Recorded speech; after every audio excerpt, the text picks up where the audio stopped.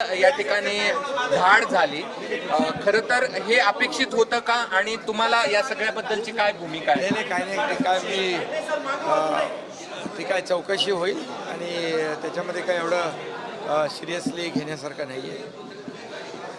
रात्री तुम्ही एकत्र हॉटेलमध्ये होते, काही संवाद झाला, भेट झाली? नाही मी अगोदर आलो होतो आणि मुख्यमंत्री महोदय नंतर आले होते आणि इथं एकत्र पैठणमध्ये सभा होत्या.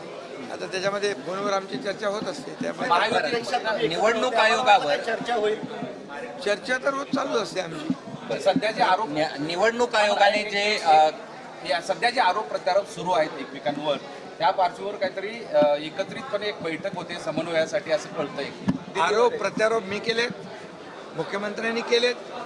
बिलकुल केले नाही. आम्ही ही निवडणूक स्थानिक पातळीवरची आहे, स्थानिक विषयांना घेऊन करतोय. स्थानिक विषयांचा विषय जो त्या ठिकाणी आहे, स्थानिक समस्या आहे, स्थानिक प्रश्न आहे. ही स्थानिक प्रश्नावरची निवडणूक आहे, ही कार्यकर्त्यांची निवडणूक आहे. त्यामुळे इथं राजकीय भाषण करणं काही त्याची आवश्यकता नाही.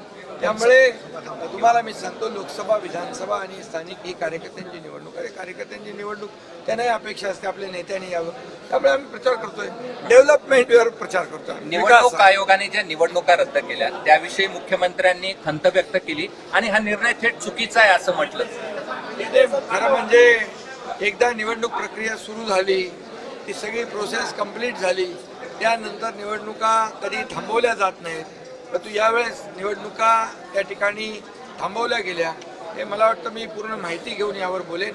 परंतु निवडणुकीची प्रक्रिया पूर्ण झाल्यानंतर कधी निवडणूक अशा प्रकारे थांबवली जात नाही. पण दुर्दैवाने तशा घटना घडलेली, त्याची मी माहिती दिल्लीवर तुमचा पुतळा काढणार आहे. तुमचे 35 आमदार पुढणार आहे, तसं संजय राऊत पण आले. अमित शहा पुतळा काढणार. त्यांच्या तब्येतीला शुभेच्छा देतो.